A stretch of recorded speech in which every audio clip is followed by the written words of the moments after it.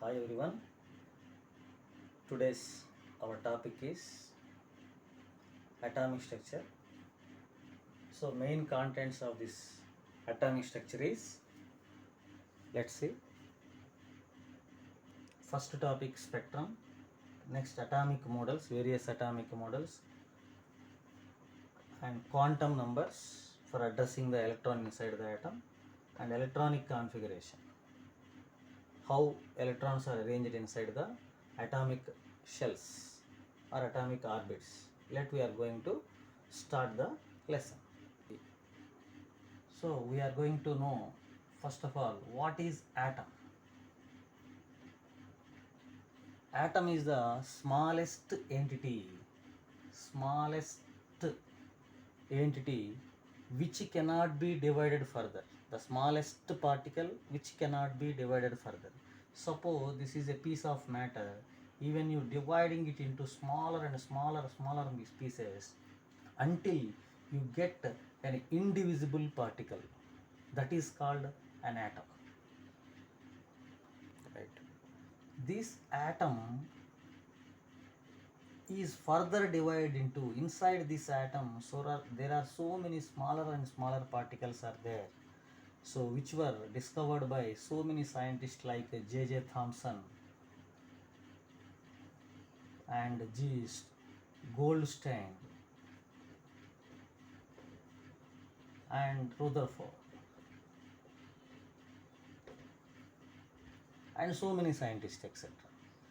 So what J.J. Thompson discovered? J.J. Thompson discovered that electron,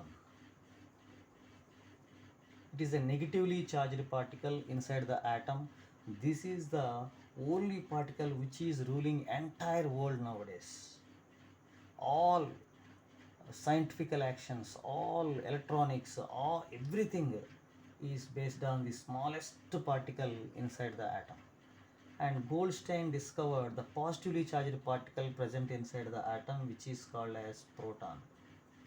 And Rutherford discovered the central part of the atom, that is nucleus. And one more scientist, Chadwick, discovered neutron inside the atom, which is chargeless particle, chargeless massive particle. The mass of this proton and neutron almost same, whereas proton is positive charged particle, it is neutral charged particle, electron is negatively charged particle. So these are the fundamental particles inside the atom. The next question is how these electron, proton and neutron are arranged inside the atom. Going to that, whatever the changes happens inside the atom due to the energy release and energy absorption, that we are going to discuss now. Yes. So when we go inside the atom, how is interior of the atom and how these fundamental particles, electrons, protons, neutrons are arranged inside the atom, to know that there are some assumptions given by the scientist. First, J.J. Thompson. J.J. Thompson assumed the atomic sphere with watermelon. If you cut the watermelon, so how is the seeds inside the atom, seeds inside the watermelon, and red color fibrous mass is there. So this empty red color fibrous mass, this red color fibrous mass he compared with positive charge, and the seeds of watermelon compared with electrons.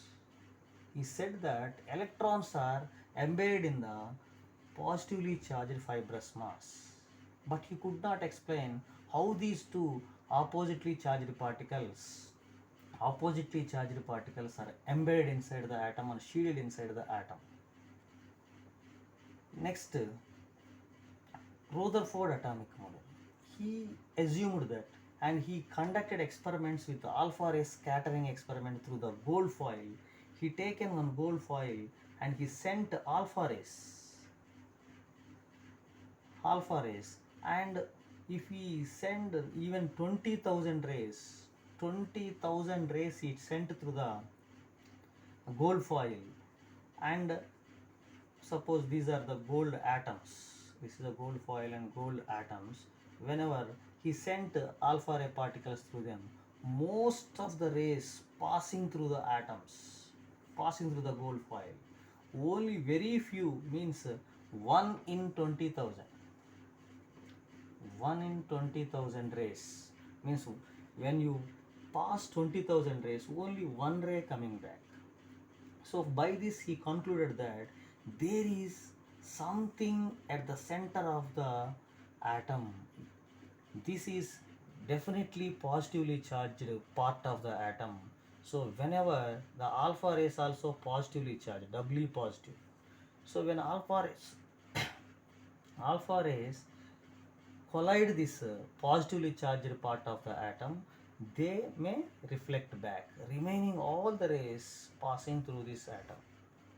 By this he concluded that most of the atom is empty, only a smaller portion which is called as nucleus and which is positively charged will be inside the inside the atom, occupies very less space.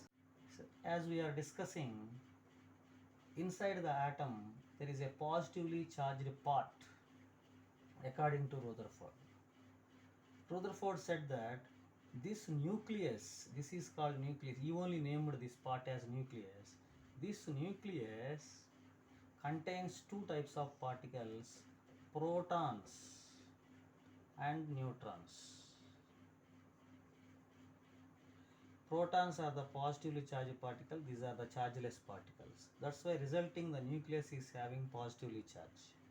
And also he assumed that remaining atom is complete, almost empty, very few electrons are occupying very less space, and these electrons are revolving around the nucleus like planets revolving around the sun. That's why this model is also called as planetary model, planetary atomic model. And he described the nucleus, that's why it is also called as nuclear atomic model, nuclear atomic model. Okay, next, but even though he explained how the electrons are moving inside the atom, but he could not explain that why this. For example, in according to classical laws of physics, any moving particle should lose energy when they move continuously.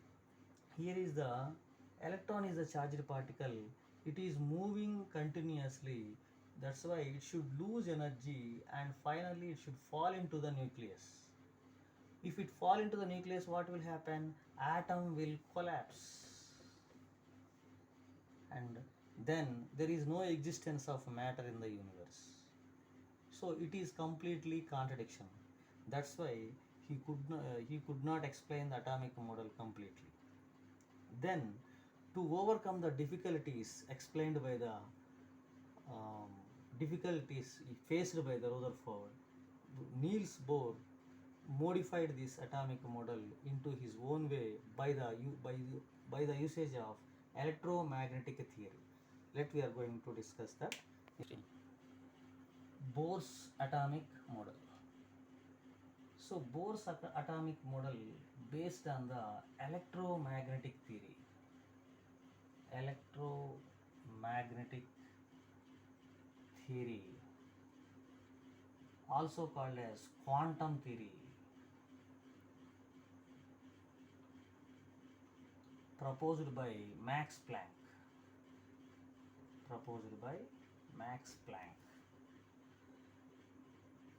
According to Niels Bohr, electrons are revolving around the nucleus in a specified paths called orbits or shells. Orbits or shells. And one more thing, the orbit closer to the nucleus are having less energetic when compared to the orbit away from the nucleus. So the energy of the first orbit E1, energy of the second orbit E2, energy of the third orbit E3, and so on. E1 is less than E2, is less than E3, and so on. E1 is less than E2 and E2 is less than E3. So the orbit closer to the nucleus is having less energy when compared to the orbit away from the nucleus. This is the first postulate of Bohr's model. And next one, as long as electron revolves in a particular orbit, for example electron in the first orbit, this as long as the electron revolve in a particular orbit, its energy is constant. It will not lose energy, it will not gain energy whenever it is in a particular orbit. That's why these orbits are also called as stationary orbits. Stationary orbits or stationary shells. And these stationary orbits are also called as energy levels. Energy levels, because they are designated with a fixed amount of energy, and these also can be represented like this: n equal to 1, n equal to 2, n equal to 3, like that, or with the capital letters K, L, M, N, so on. Okay, next, third postulate. When electron in a particular shell or particular energy level jumps into higher energy level to lower energy level, then what happens? The difference of these energy levels, E2 minus E1, is liberated in the form of energy which is called as h nu. E2 minus E1 is equal to h nu, where h is called Planck's constant. Planck's, Max Planck, you only given that. Planck's constant. And nu is frequency of radiation. Radiation means energy. So this Planck's constant value 6.625 into 10 power minus 27 erg seconds. Yes, as we discussed, E2 minus E1 is equal to h nu, where h is Planck's constant. Its value 6.625 into 10 power minus 27 erg seconds, or 6.625 into 10 power minus 34 joule second. And nu is called frequency. This value is very, very important. You have to remember this. And next point, next postulate of Niels Bohr is angular momentum of electron moving in a stationary orbit. So whenever any particle moving in the circular path, it may have the angular momentum. If it is moving in the straight line, it may have, for example, m is the mass of the body moving with velocity v, its momentum is mv. In the same way, it is moving in the circular path, that's why it may have angular momentum L is equal to mvr. This angular momentum of a shell is quantized. Quantized means giving fixed value. So angular momentum of a particular electron revolving in a particular shell is fixed. Given that mvr is equal to nh by 2 pi. N means number of orbit. For example, it is moving in the first orbit. N equal to 1. mvr is equal to 1h by 2 pi and h by 2 pi. Next, n equal to 2 for second orbit. mvr is equal to 2h by 2 pi. In the third orbit, 3h by 2 pi, like that. So angular momentum of a electron moving in a stationary orbit is quantized, means it is fixed value. For a first orbit it is some fixed value, second orbit it is some fixed value, like that. Okay, these are the four postulates of Niels Bohr. Even though Niels Bohr explained his atomic model successfully, he has some drawbacks. Okay, let's discuss the drawbacks of Niels Bohr atomic model. Drawbacks of Bohr's atomic model. even though he explained successfully, he has some drawbacks. He could not explain a few things and he failed to explain a few things. Among them, first one is his atomic model is able to explain the atomic models of only atoms with single electron, hydrogen or helium plus or lithium 2 plus, means all these are having one electron.